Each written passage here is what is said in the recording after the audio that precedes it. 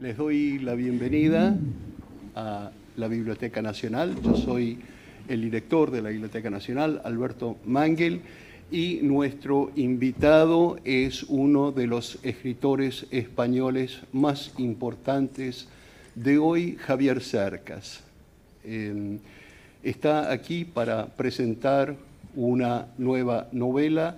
Dudo de llamarla novela porque él mismo no quiere hablar de ficción, no quiere hablar de no ficción tampoco. Es una literatura que dice la verdad a través de las mentiras o cuenta mentiras a través de lo que parece ser la verdad. Javier, nos conocimos hace varios años.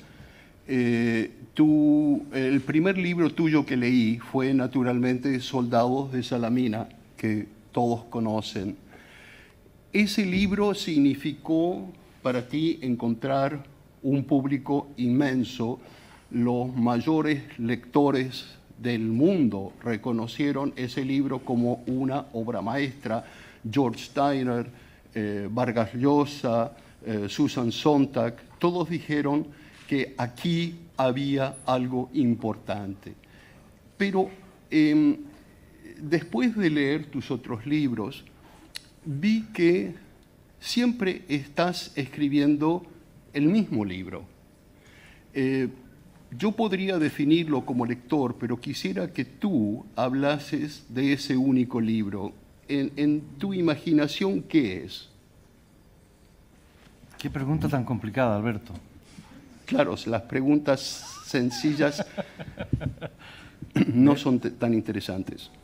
Me gustaría, si me permites, decir una cosa que antes de intentar contestar a esa pregunta tan complicada, y es que yo te agradezco mucho que me hayas invitado a estar aquí. Para mí es muy importante estar aquí.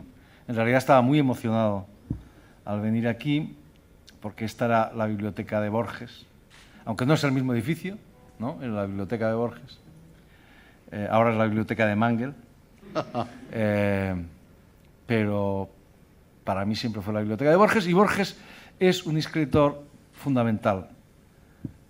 Para mí, creo que para mucha otra gente, pero para mí es absolutamente esencial. En Wikipedia, Alberto, me enteré de que dice, yo no lo he visto, pero me dicen que, porque me lo han repetido muchos periodistas, que yo me hice escritor, o quise ser escritor, cuando a los 15 años leía Borges.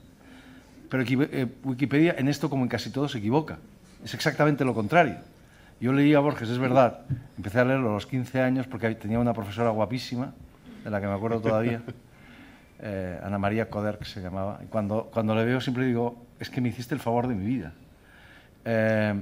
Pero yo no quise ser escritor cuando leía Borges, todo lo contrario. El hecho de leer a Borges aplazó durante muchos años aplazó durante muchos años, iba a decir, mi carrera literaria, bueno, mis pinitos literarios.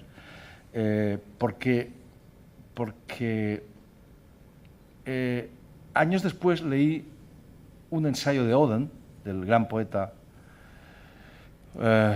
Auden, inglés, donde decía que para un joven escritor o un aspirante escritor, tener como modelo a un escritor excesivamente grande, digamos, un chico inglés que escribe en inglés y que tiene a Shakespeare como modelo, pues es catastrófico, porque claro, Shakespeare te aplasta.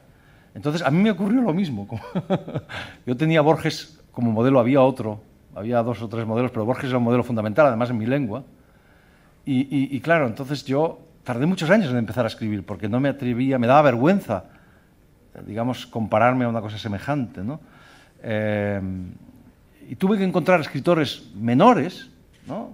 Buenos escritores, pero menores. Auden decía, para mí, en cambio, fue fundamental Hardy, que era un escritor mucho menos, un escritor que no es, digamos, quizá uno de los mayores escritores de la historia, pero para mí fue útil. Y en mi caso fue parecido.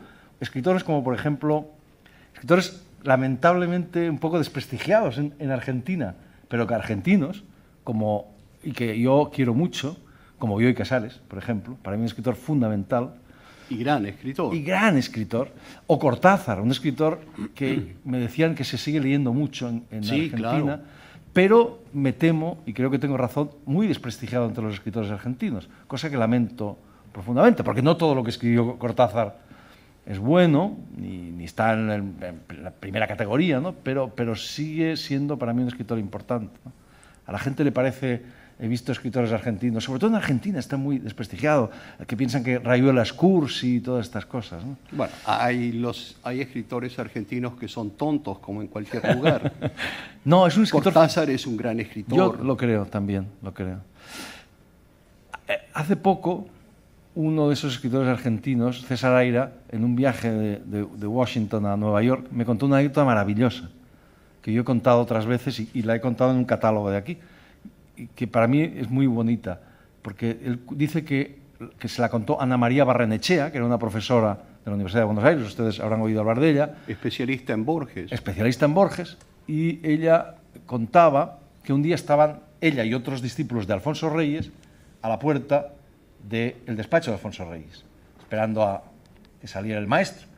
Entonces el maestro se retrasaba más de lo normal, habían quedado determinada hora, pero tardaba, y la puerta estaba cerrada y de repente se abre la puerta y sale con un volumen muy pequeñito, muy breve, y les muestra el volumen y dice: señores, por fin tenemos en Latinoamérica, no sé si dirá Latinoamérica o Iberoamérica o Hispanoamérica, algo comparable a Shakespeare, Cervantes y Dante. Y el librito que llevaban las manos, naturalmente, era Jardín de senderos que se bifurcan, que, como ustedes saben, es la primera parte de ficciones. Y es una anécdota maravillosa, sí, extraordinaria, porque, bueno, muestra que Reyes era un escritor. Evidentemente tenía razón, claro. Pero es muy difícil tener razón tan pronto, sí, que se dé cuenta al instante de que eso es algo completamente excepcional. Sabemos que tenía razón, es decir, sabemos que Borges, para mí, es el escritor en español más importante desde Cervantes o desde Quevedo, y es un escritor que cambia realmente no solo la literatura en español, sino que cambia la literatura secas. Sí. Tú y yo, Alberto, distinguimos entre la literatura en español, al menos anterior a Borges y posterior a Borges, es decir, bueno, como ocurrió con Cervantes, ¿no?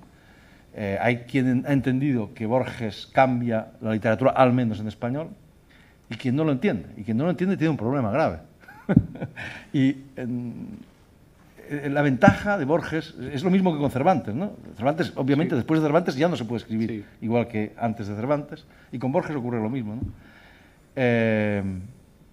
Ha tenido la suerte de Borges de que ha tardado menos tiempo en ser entendido y en ser sobre todo asimilado, creo, que Cervantes, porque al fin y al cabo, sí, Cervantes tardó siglo y medio en ser entendido ya por el mundo, ¿no? Ya no por los españoles, que nunca lo entendimos. Hay una cosa preciosa, muy inteligente, una butad típicamente borgiana. Él decía, no sé si lo viste tú decir, pero él decía que la primera vez que leyó el Quijote lo leyó en inglés, y que cuando leyó el Quijote en español pensó que la traducción era excelente. Está bastante bien la traducción. Y esto, que es un chiste y es una broma y tal, es enormemente inteligente, claro, porque quienes primero entienden el Quijote son los ingleses, son, claro, Sterne, Fielding, etcétera, etcétera. Los españoles... Y la traducción de Smollett. La traducción de Smollett, pero luego quienes asimilan realmente, sí, el Quijote son Sterne, sobre todo, sí, Fielding y yo. Pero los españoles no nos enteramos de nada. Y el mundo, y esto ocurrió siglo y medio después, ¿no? Entonces... Ahora, me alegra que hayas citado a Borges, porque no se puede hablar sin citar a Borges, porque en relación a mi pregunta complicada, perdona, sí, yo creo que podemos encontrar la influencia de Borges en esa obra única tuya. En este sentido, Borges en el Pierre Menard cita a Cervantes, y esa famosa cita de la verdad cuya madre es la historia. Yo creo que si podemos resumir tu obra en una frase, es esa frase, porque lo que tú cuentas en esa búsqueda que haces de lo que ocurrió en el caso de la Guerra Civil Española, pero también en otros temas, en tus otras novelas, es siempre la búsqueda de la verdad a través de lo que se cuenta. Para hacer una pregunta simple, ¿la primera vez que reconoces ese tema es con Soldados de Salamina Sí. y ahora con la nueva novela? Sí, Soldados de Salamina cambia mi manera, no la cambia de manera radical, pero sí abre un nuevo territorio en los libros que yo he escrito. Antes de Soldados de Salamina yo era un escritor, digamos, al menos en el cual, un escritor ligeramente distinto al que soy después, quizá por dos motivos fundamentales. Y uno es uno que tú acabas de mencionar. Antes de Soldados de Salamina, la historia, el pasado, no tenía un papel en mis libros. A partir de Soldados de Salamina, la historia desempeña un papel fundamental. La historia de una manera peculiar, porque Soldados de Salamina se podría resumir de muchas maneras, como todos los libros, ¿no? Pero se podría resumir de esta manera.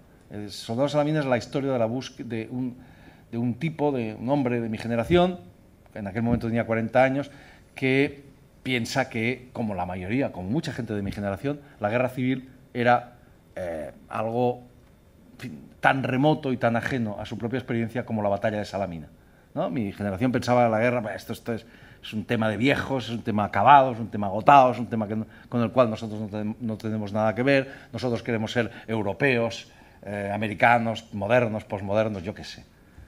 Y de repente este tipo que tiene esta visión de las cosas, que era común en mi generación, por un azar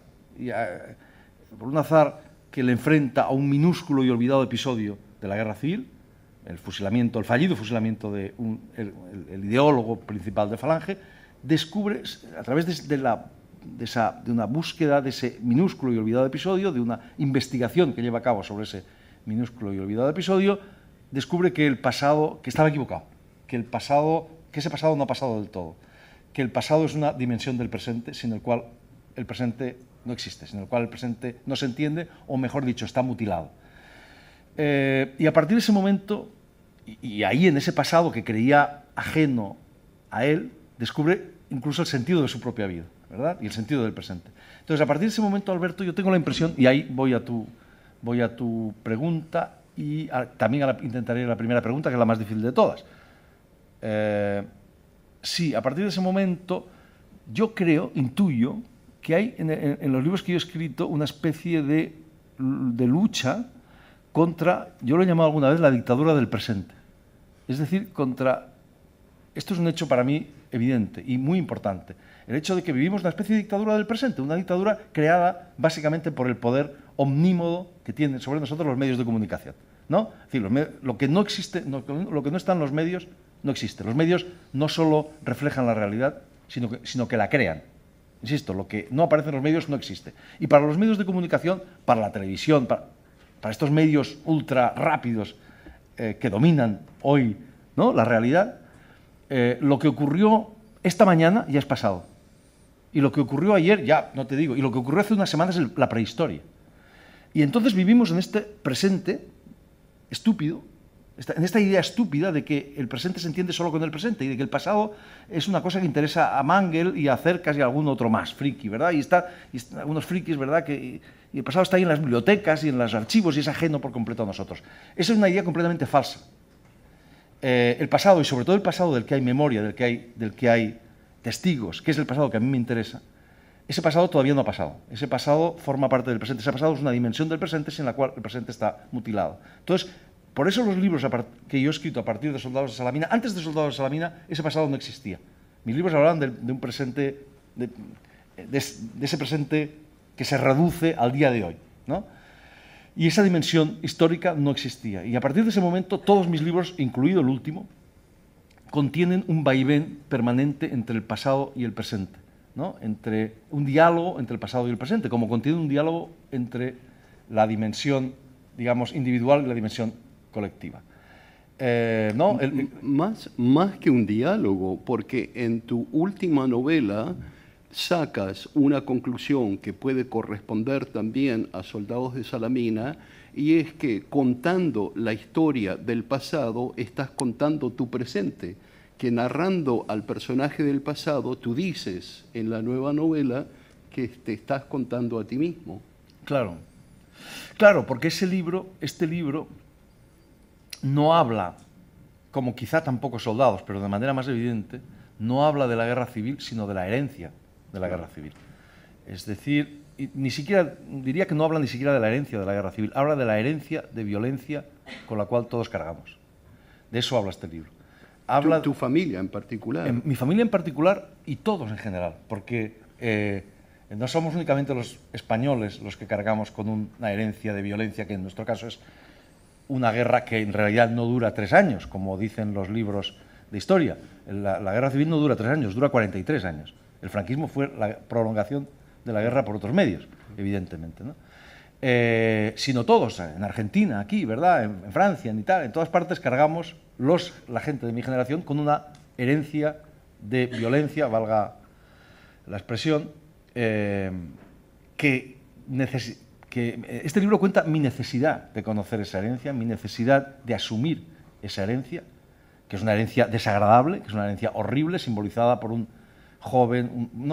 niño de 17 años que fue a la guerra y que murió con 19. Es el símbolo de esa herencia de violencia con la que cargo yo y que es una herencia desagradable, porque es la herencia que era tu tío abuelo. Que era mi tío abuelo y que la hereda tu madre, que es un personaje esencial. Absolutamente. Al menos la madre de ese Javier Cercas que aparece como personaje en la novela. Absolutamente. Entonces, de algún modo, lo que dice el libro, entiendo yo, es que necesitamos saber en qué consiste esa herencia. Porque si tú sabes en qué consiste esa herencia, puedes manejarla. Pero si no sabes en qué consiste, esa herencia te maneja a ti. Quien no sabe de dónde viene, no sabe de dónde va. De eso hablaba también, de algún modo, Soldados de Salamina, de ese hacerse cargo. Bueno, hay una diferencia quizá, ¿no? Hay muchas diferencias entre Soldados y este libro, evidentemente, aunque tienen relación, y tienen relación con El impostor y con todos los libros que uno escribe finalmente. Pero hay y con La velocidad y la luz. Totalmente, totalmente. Pero digamos que Soldados de Salamina finalmente había una especie de reivindicación, diría vehemente, apasionada, del pasado republicano español, que es el pasado al que yo me afilio, por decirlo con una palabra de Edward Said que me interesa mucho, que me gusta mucho. Me afilio a ese pasado, reivindico de algún modo ese pasado, es el pasado democrático de mi país. En este libro lo que hay es una asunción, una filiación, por decirlo en términos de Said, ¿no? Afiliación y filiación. Yo vengo de ahí, no puedo evitarlo, no puedo negarlo. Esa es mi herencia, ¿no? Y además quien no se filia no puede afiliarse, ¿no? Quien no sabe de dónde viene, no sabe de dónde va. Es decir, yo lo que intento es asumir el peor pasado de mi familia, porque también es mío.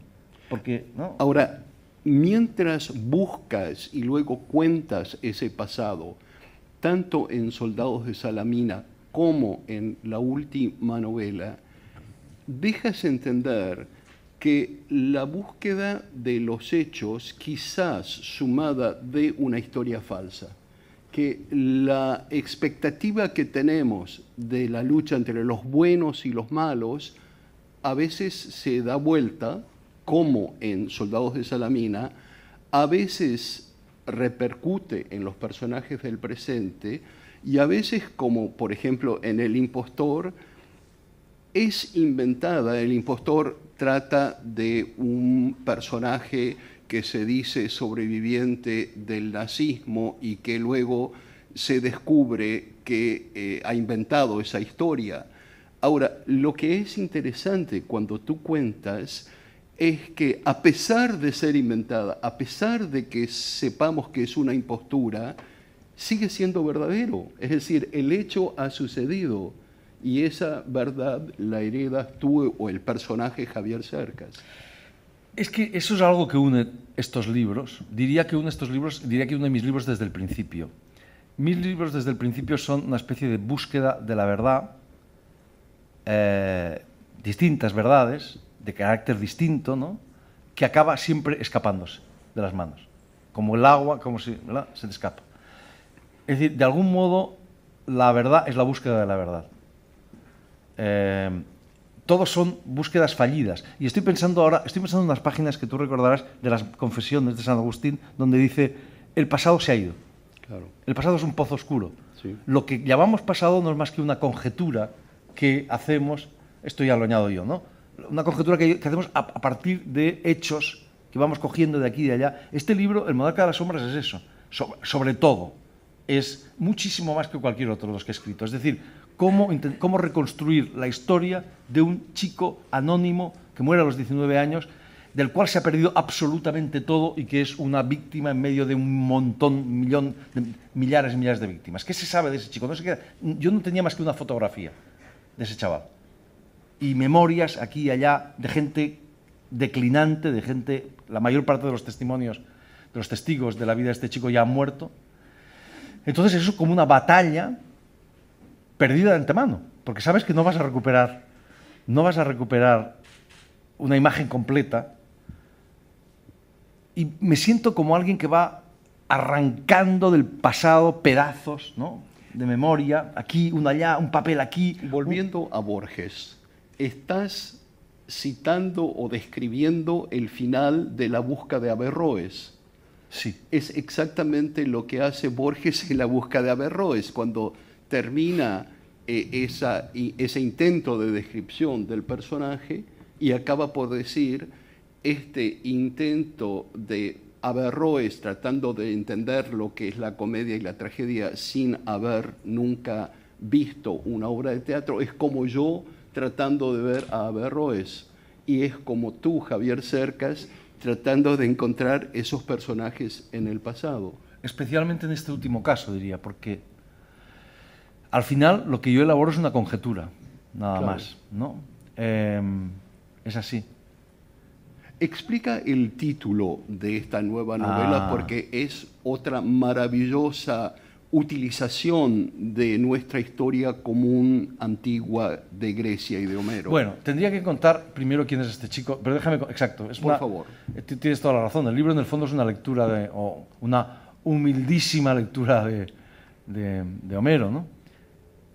Esta novela trata... El protagonista aparente de esta historia me planteó a mí quizá la primera pregunta seria que me he hecho en mi vida.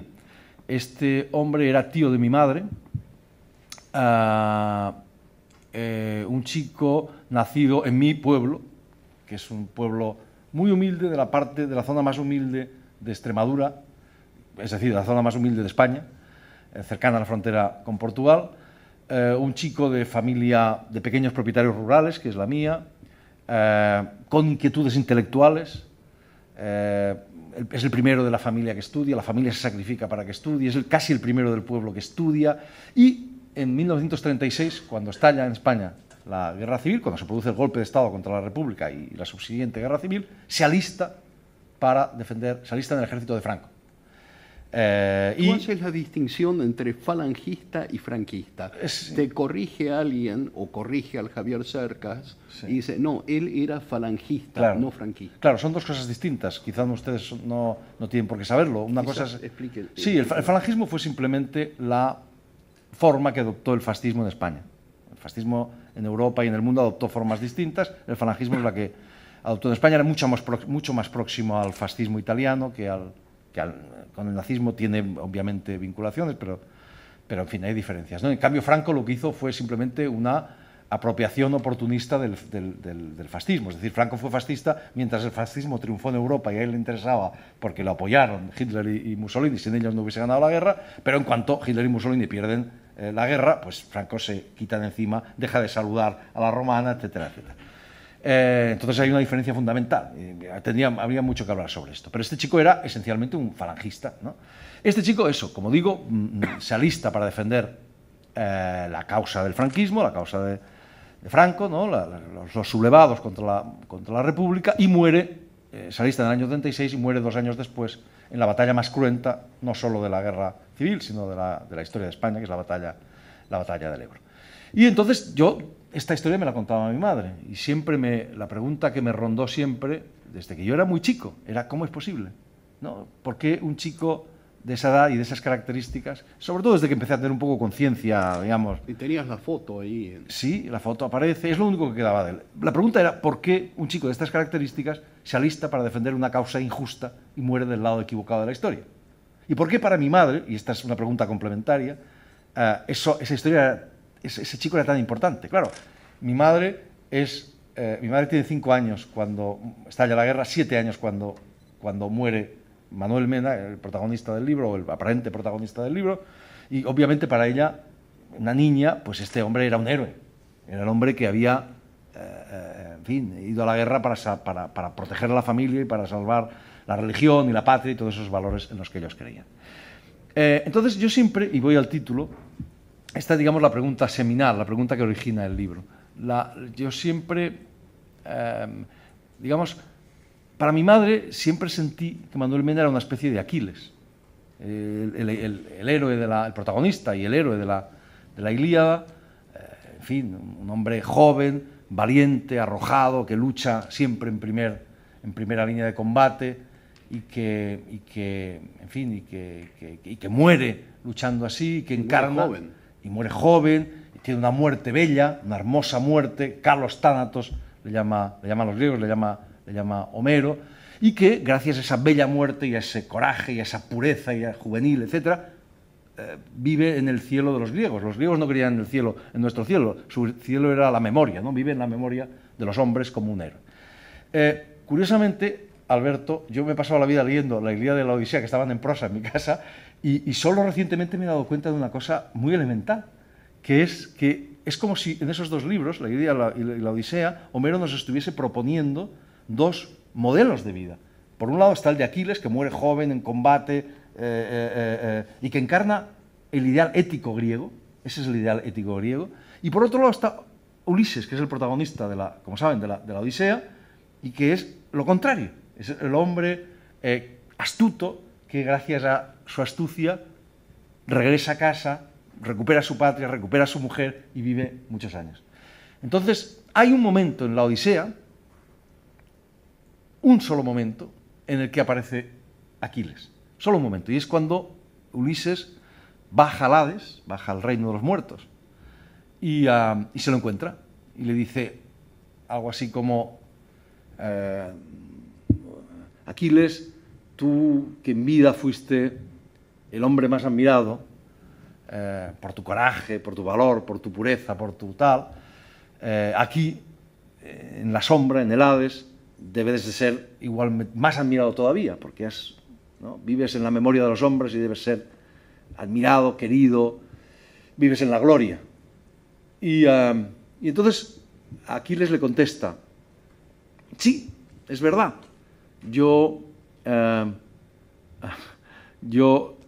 pero es verdad lo que dices, pero yo preferiría ser un siervo del último siervo y estar vivo antes que ser el monarca de las sombras y estar muerto como estoy.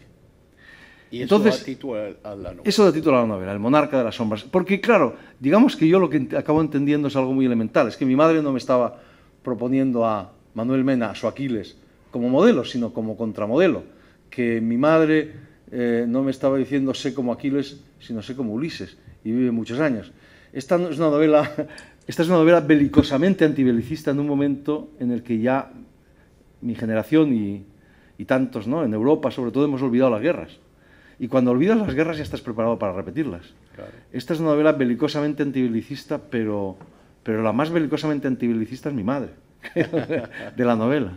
Pero y el título de la novela es ejemplo de esa mentira que dice la verdad, porque es la expresión que dice Aquiles para negarla, para decir, no quiero ser eso.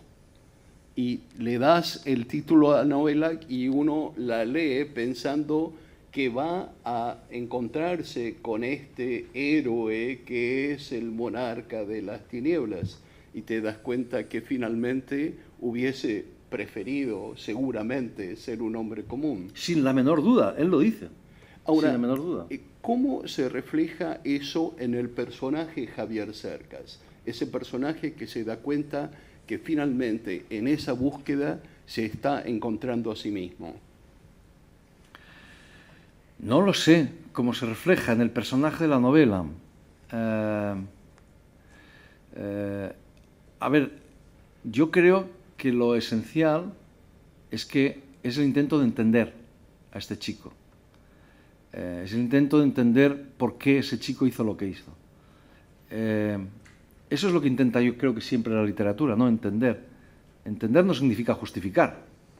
Entender significa todo lo contrario. Entender significa darse las armas para no cometer los mismos errores, ¿no? ¿Pero tú crees que el lector acaba entendiendo o acaba siendo un testigo de la paradoja? Espero que, ¿de qué paradoja? Bueno, de la paradoja que ese joven que ha sido visto, es considerado en tu familia como esa figura heroica, de pronto descubres a lo largo de esa investigación que es un pobre chico que se ha equivocado. Bueno, esa es la manera de entender, ¿no? Precisamente esa paradoja es lo que yo llamo entender. Hay más profundidad que eso. ¿Por qué?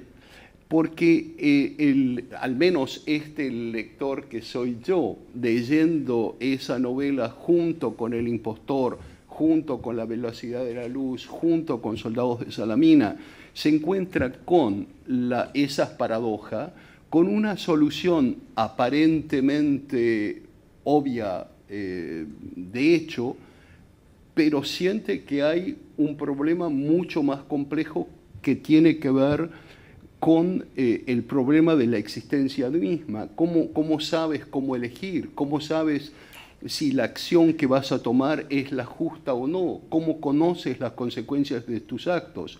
Tus novelas, afortunadamente, no dan respuesta a nada de esto. No, pero esa paradoja, eso que tú llamas paradoja, ese pensamiento paradójico, es el modo de conocimiento que tiene la novela.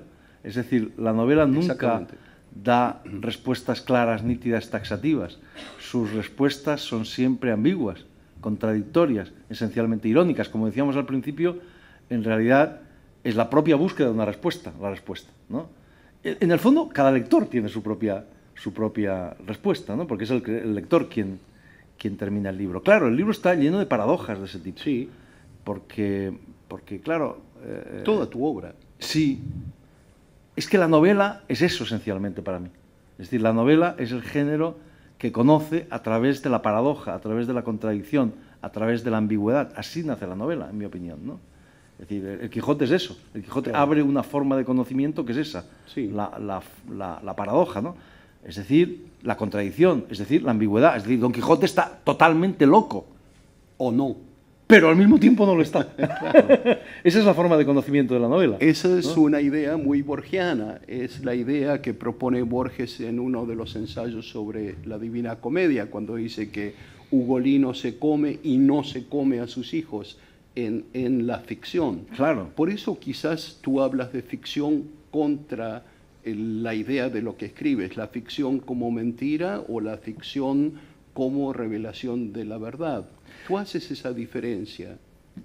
La ficción como revelación de la verdad y la literatura como revelación de la verdad. Es decir, aquí hay una cosa que tú has apuntado al principio, y es que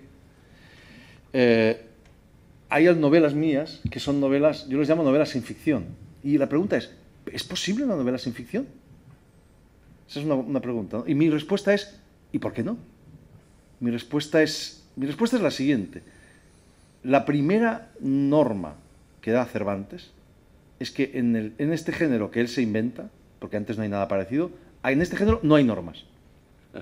O sea, la primera regla es que no hay reglas. Claro. O sea, la libertad total. Sí. Es decir, a diferencia de otros géneros literarios, que tienen sus reglas, o literarios o no literarios, en la novela el escritor pone sus propias reglas. Es decir, cada novela es como empezar de nuevo el género novela, y tú pones tus reglas. ¿Por qué? Porque escribir una novela, yo lo formulo así, escribir una novela es consiste en formular una pregunta compleja de la manera más compleja posible. Es decir, claro. La pregunta que a mí me formula Manuel Mena, yo no la voy a responder. La voy a formular de una manera todavía más compleja, pero significativa.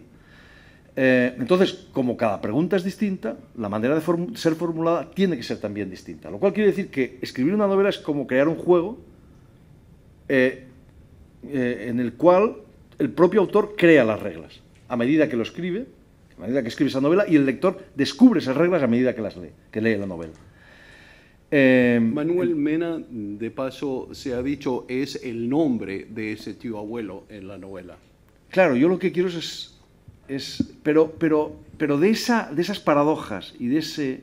Siempre hay una... ¿Cómo le he llamado al principio? Una forma de conocimiento, una una forma de entender, ¿no? Tú lo has dicho muy bien. Una cosa que entendemos es que, y que yo quizá no era consciente del todo, es que ese chico era una víctima, en el fondo. Claro. Una víctima de la idealización de la guerra, una víctima de ideologías tóxicas como el fascismo, etcétera, etcétera, ¿no? Eso es lo que tú entiendes leyendo la Ilíada, que en la guerra todos son víctimas. Claro, exactamente. El género épico, tú dijiste una cosa, escribiste una cosa, mejor dicho, que yo he citado muchas veces porque creo que es, y no lo cito, o sea, como elogio, lo cito como definición. Tú decías de Soldados de Salamina que en Soldados de Salamina, y eso sí aparece, es otra de las cosas que aparece a partir de Soldados de Salamina en mis libros, había tú lo llamabas que una recuperación de la épica, ¿no? Y me parece muy exacto, o sea, no lo digo como elogio, que es el mejor elogio que se me puede hacer, sino como definición. Es decir, todos sabemos que la novela del siglo XX, en gran parte, o gran parte de la novela del siglo XX, lo que hizo en gran parte fue proscribir la épica, ¿no? Es decir, Joyce, Proust, la novela característica del siglo XX. Salvo Borges. Ahí está. Bueno, en Faulkner podríamos encontrar ecos de la épica, pero Borges, ¿qué dice? Que es una cosa preciosa, yo siempre la cito, dice, sí, esto es así, pero y quien preservó la épica fue Hollywood, claro. Es decir, el western. El western. Y está muy bien visto. Claro.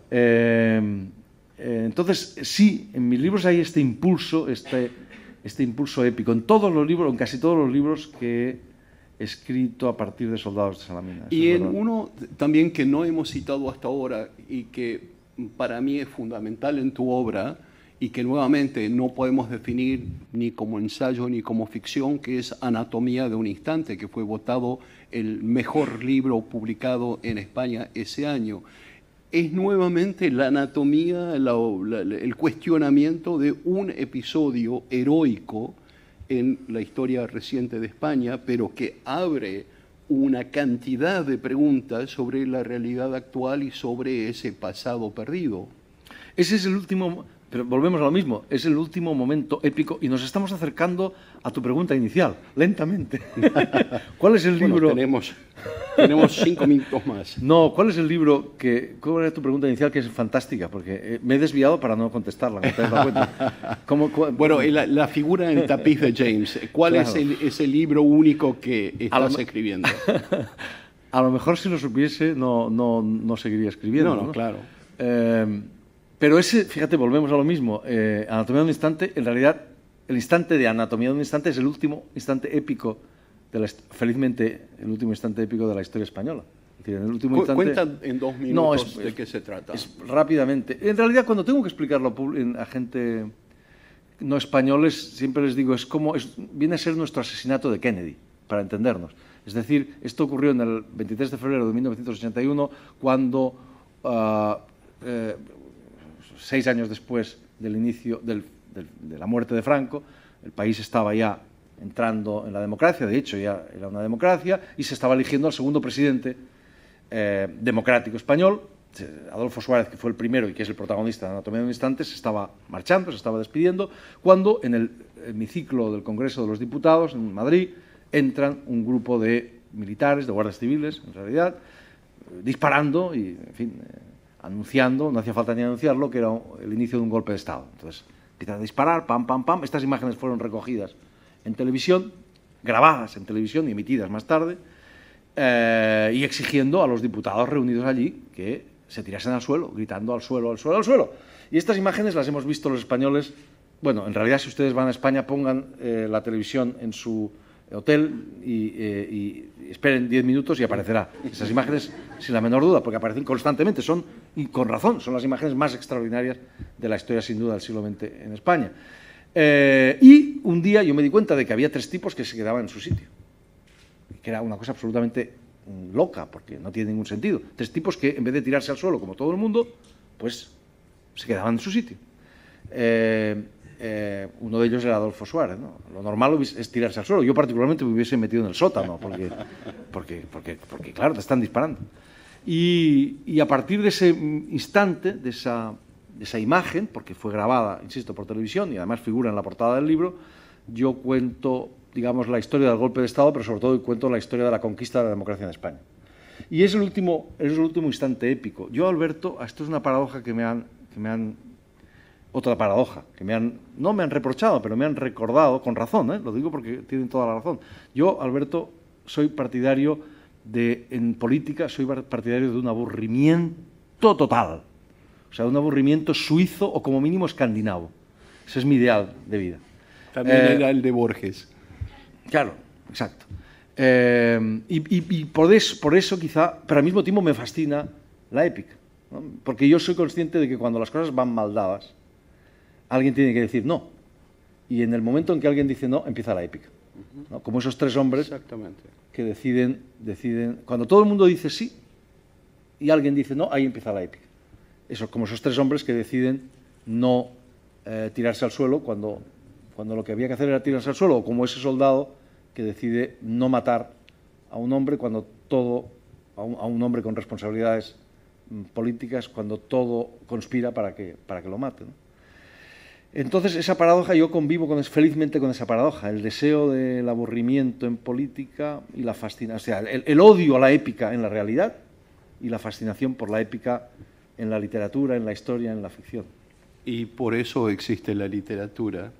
Exacto. Gracias, Javier. Voy a pedirle al público si tienen alguna pregunta para Javier. Hola, ¿qué tal? Muchas gracias por el tiempo. Voy a tratar de ser resumido, pero con estas paradojas de las que hablas, una de las cosas que se ve en los libros es cómo tensiona la ficción y la realidad, y recién Alberto problematizaba un poco la figura de Javier Cercas, escritor, Javier Cercas, protagonista del libro, y pienso, si eso, por un lado, es un problema, una crisis de la ficción que se está dando, que ya el relato no alcanza, y entonces la ficción tiene que meterse y envolverse en la realidad, por un lado, y luego, ¿desde qué certidumbres escribís? Escribís con un montón de contradicciones y con un montón de incertidumbres, pero ¿cuáles son esas certidumbres con las que trabajas habitualmente? Gracias. Certidumbres pocas. Certidumbres, preguntas muy pocas. La de que a través de las palabras, quizá la certidumbre fundamental es la de que a través de la lucha con las palabras puedo llegar a decir cosas que ni siquiera yo mismo sabía que sabía. Esa es la batalla del escritor, ¿no? La conciencia de que el combate con las palabras, pero se trata de un combate, te va a llevar a terrenos desconocidos. Esa es casi la única certeza que tengo. Todo lo demás son incertidumbres.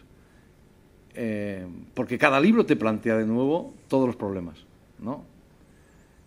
Todos, de nuevo. Es como empezar otra vez, ¿no? Porque tienes que crear un juego, tienes que crear, como por decirlo en los términos de antes, crear unas reglas nuevas que te permitan formular la pregunta que tienes delante de la manera más compleja posible, ¿no? Un escritor es un tipo que nos complica la vida, según yo lo entiendo. Para mí, a veces he pensado, Alberto, que un escritor es exactamente lo contrario de un político. O sea, un buen escritor y un buen político son lo opuesto. Un buen político, tal y como yo lo entiendo, es un hombre que, ante un problema complejo, lo que hace es reducirlo a sus líneas esenciales y resolverlo de la manera más rápida posible. Hay muy pocos de estos, pero alguno hay. En cambio, un escritor, ¿qué es un escritor? Es un tipo que ante un problema complejo, muy complejo, va el tipo y lo vuelve más complejo todavía. Y ahí ya la genialidad es crear un problema donde nadie lo ha visto. De manera que el político nos simplifica la vida y el escritor nos complica la vida. Y por eso seguramente los políticos son tan malos escritores y los escritores somos tan malos políticos. Podría ser. No, en cuanto a lo de la crisis de la ficción, yo sé que la gente habla de esto. Yo sé, pero me parece, no lo voy a decir porque me parece un poco presuntuoso de nuestra parte hablar, de parte de los escritores que escribimos novelas sin ficción o muy impregnadas de ficción, o muy impregnadas de realidad. La ficción pura no existe. La ficción pura es un invento de quienes no saben lo que es la ficción. O sea, Homero no es ficción pura, Shakespeare no hay ficción pura, si existiera la ficción pura no tendría el menor interés. La ficción tiene interés porque parte de la realidad y porque coge esa realidad y la eleva, coge lo particular y lo eleva a lo universal, ¿no? La realidad es el carburante siempre de la ficción. Sí es verdad, en cambio, y no estoy diciendo que su pregunta no sea pertinente, es totalmente pertinente, porque sé que desde hace mucho tiempo se habla de esa crisis de la ficción. Yo sigo creyendo en la ficción, creo que la ficción es indispensable, como dice Eliot, humankind cannot bear too much reality. La especie humana no puede soportar demasiada realidad. Necesitamos la ficción, y no solo la ficción televisiva, como dicen y tal, o la ficción cinematográfica, no, la ficción literaria, yo creo en eso. Creo que eso es indispensable y que puede hacerse muy bien, y creo que la novela no está muerta, ni nada parecido, etcétera, etcétera. Creo que eso es un poco... Pero sí es verdad que en mi caso particular, y algunos otros, estamos trabajando en otra dirección. Es decir, podría explicar por qué, ahora sería demasiado largo, pero cuando he escrito novelas sin ficción, esta novela no es una novela sin ficción, pero sí lo es El impostor, o sí lo es a su manera Anatomía de un instante, porque es una mezcla de cosas. Es por razones determinadas, no porque yo crea que la ficción literaria esté acabada y que ya no podamos escribir, como hay algún libro, quizá usted lo ha leído, ¿no? De Shields, uno que se titula, David Shields, uno que se titula Hambre de realidad, ¿no? Decreta el final de la... Es un escritor norteamericano que decreta el final de eso, de la novela tradicional, con ficción, llamémosla así, que es una... No, yo no creo eso, me parece presuntuosa además. De mi parte decir, no, es que ya no se pueden escribir ese tipo de novelas. Yo escribo este otro tipo de novelas porque es un territorio que estoy explorando y que me interesa y que necesito, ¿no? No iba a contar una... O sea, el Monarca de las Sombras parte de un personaje real, de mi familia, de mí. Entonces yo tenía que plantearlo así. Y yo hablo de mí mismo. En mis libros es verdad que hay un señor que se llama Javier Cercas todo el rato. Iba a decir que yo hablo, como decía Unamuno, yo hablo de mí mismo porque es lo que más cerca me pilla. Y en parte es verdad, pero sobre todo es porque ese Javier Cercas, ese yo es un instrumento literario que a mí me resulta útil, ¿verdad? Es decir, no porque yo me considere más interesante que nadie. Hay alguna gente no muy inteligente que eso lo tachan de narcisismo, es estúpido. Es como creer que Montaigne era narcisista porque dice al principio de los ensayos, yo mismo soy la materia de este libro. Montaigne, cuando se pone a sí mismo, se mete a sí mismo y no para de hablar de sí mismo en los ensayos, no lo hace para hablar de sí mismo, lo hace para, a través de sí mismo, hablar de todos. Como, qué sé yo, Rembrandt, que se pasa la vida literalmente pintándose y autorretratándose. No es porque diga qué guapo soy, al contrario, le parece feísimo y viejo y destrozado. Está, a través de sí mismo está buscándonos y encontrándonos a todos, ¿no? Entonces, ese es el sentido un poco del uso particular del yo y del Javier Cercas, por cierto, muy distinto, que aparece en cada uno de esos libros. ¿El señor? Javier, en tus novelas hablas de los héroes de las retiradas. En una novela. Y en Anatomía... Eso es. Mi pregunta es, ¿qué reflexión? Hablas de que no hay ética de los héroes de la retirada, ¿no? Si tenías una reflexión sobre eso.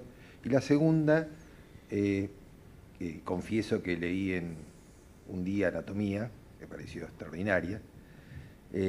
Si pudiste o tuviste oportunidad de encontrarte y hablar con los protagonistas del 13F después de la publicación de tu novela.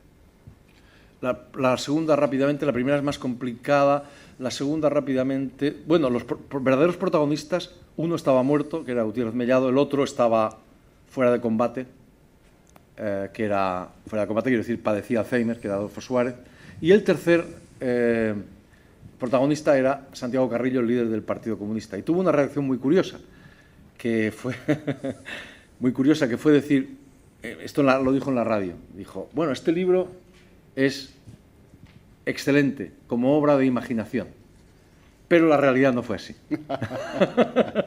Lo cual está muy bien, porque en ese libro no hay nada inventado. Esos son libros rigurosamente... Y daría para mucho. A mí a veces me recuerda ese relato de Henry James que se titula The Real Thing, donde hay unos señores a los que hay un relato extraordinario. A mí me gustan más los relatos de James que las novelas, mucho más. Y hay dos señores que van a que les pinte, a que les retrate un pintor.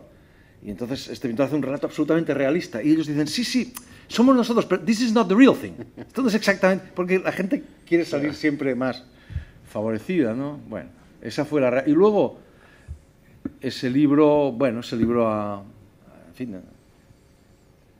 algunos han creído que era un ataque a no sé quién. Por ejemplo, las personas que estaban en el Parlamento ese día, todos detestan ese libro. Porque consideran injustamente que yo los estoy acusando de cobardes. Nada más lejos de mi intención. Bueno, algunos han dicho cosas terribles de ese libro, que yo era... Pero no es cierto. Insisto, yo me hubiese metido en el sótano. Si lo raro es que haya tres tipos que, a pesar de que les estén disparando, se queden en su sitio. Eso es lo raro.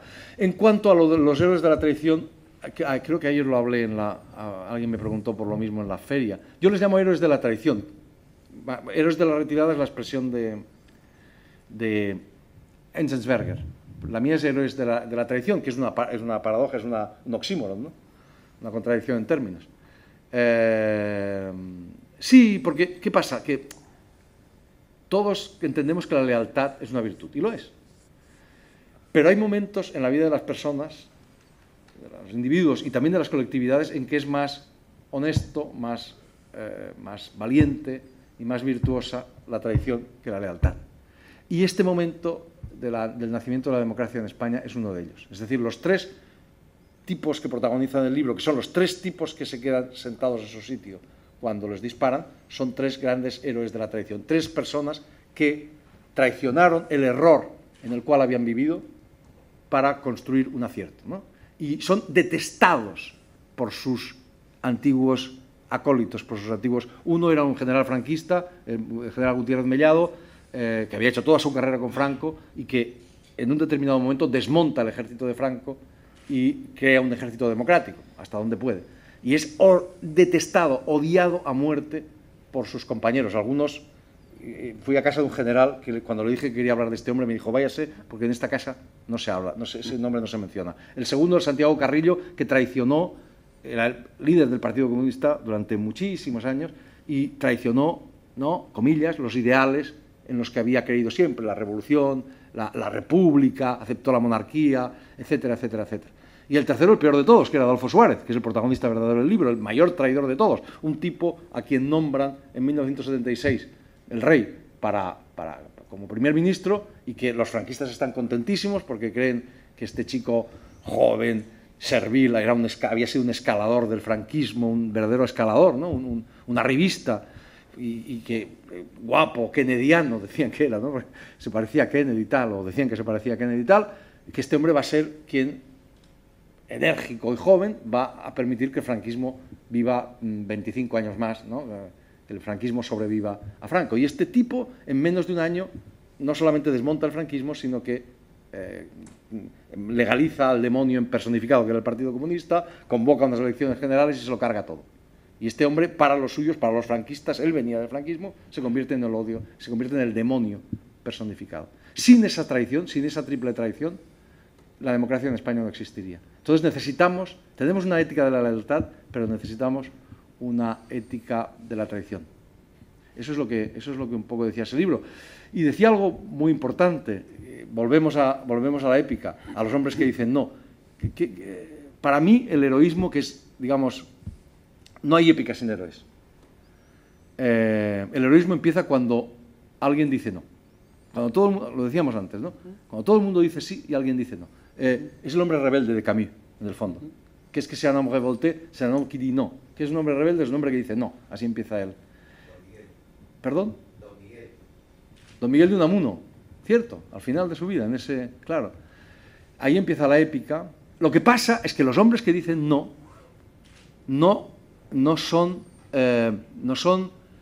se les alaba por eso. Normalmente son condenados al ostracismo. Son de los enemigos, como en la obra de Ibsen, se convierten en el enemigo del pueblo. Esa es la reacción. Suárez, Carrillo, Gutiérrez Mellado no fueron aplaudidos cuando se murieron, entonces es muy fácil. Pero en su momento, no.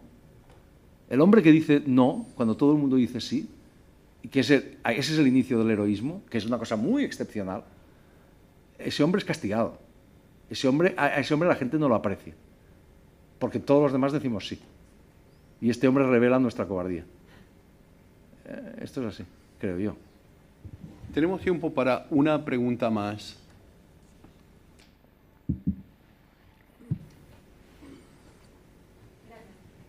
El micrófono. Muchas gracias. Quisiera retomar esta afirmación que usted hizo acerca de las reglas de juego que se ponen precisamente en juego en una novela, que las diferencia entre sí. Y quisiera preguntarle cuáles son para ustedes las reglas de juego que aparecen, que diferencian su última novela respecto de Soldados de Salamina o El Impostor, por mencionar dos casos en donde hay procedimientos similares. Sería largo, pero voy a intentar simplificar. Por ejemplo, si la comparamos con El Impostor. El Impostor es una novela sin ficción, por muchos motivos, es decir, el propio libro lo exigía. ¿Por qué? Rápidamente, porque estamos hablando de un hombre que se había inventado a sí mismo. Estamos hablando de una ficción ambulante. Un hombre que se había inventado por completo su vida. Y a mí me pareció, ya desde casi al principio, redundante, literariamente irrelevante, escribir una ficción sobre otra ficción. Me pareció que lo interesante desde el principio era organizar un combate en el libro entre las mentiras, las invenciones, las ficciones que él había creado y las realidades que había detrás. Esa era una regla fundamental. El Monarca de las Sombras, hay una regla muy... me ciño a este tema, ¿no?, de la ficción y la realidad, que es lo que usted mencionaba. En el Monarca de las Sombras hay dos narradores, no uno solo. Hay dos narradores. Hay un narrador que reconstruye un narrador que de hecho es un historiador, que no soy yo, que reconstruye con la mayor precisión, exactitud posible, yendo a buscar los documentos, ¿verdad?, casi como un notario, que reconstruye la historia de Manuel Mena, de su familia, que es la mía, y del pueblo, ¿no?, con la pretensión de que eso tenga universalidad. Hay una frase muy bonita de Tolstoy, dice: pinta tu aldea y pintarás el mundo. Eso es lo que yo pretendía, de algún modo, ¿no?, a través de la historia minúscula esta, contar algo que nos atañe a todos, algo mucho más amplio.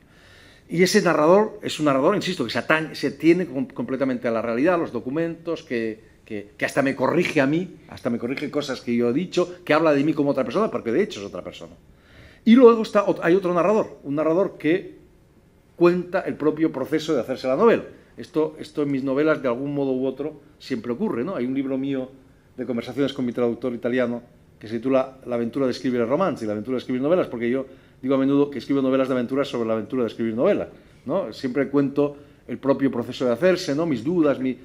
Por cierto, que ahora leí una carta maravillosa de Italo Calvino, que es una escritora que yo siempre he apreciado mucho, que por cierto en Italia también está bastante desprestigiado, habrá que reivindicar a los maestros. Es una carta maravillosa donde él dice: hay libros en los cuales narrar este propio proceso de hacerse, mostrar que esto es una ficción y contar cómo y por qué se hace la ficción, es una obligación moral. Es muy bonito. Entregarle al lector todos tus materiales, decirle: mira, esto es lo que hay, sí, y esto forma... Entonces, eso para mí, en mis libros, esto me encantó, porque hay algo de obligación moral. Tengo que pensar sobre el asunto, pero hay algo de obligación moral que no se distingue en realidad de la obligación estética, ¿no? Para mí, por lo menos, ética y estética están unidos en un libro, ¿no? Entonces, truth is beauty. Exactamente, la verdad es belleza y la belleza es verdad. Entonces, a menudo ese proceso de hacerse la novela es tan importante o más que la historia que estás contando, ¿no? O no se entiende una cosa sin la otra, al menos, ¿no? Entonces, este segundo narrador sí se permite algunas diligencias, muy pequeñitas, que el narrador, en cambio, El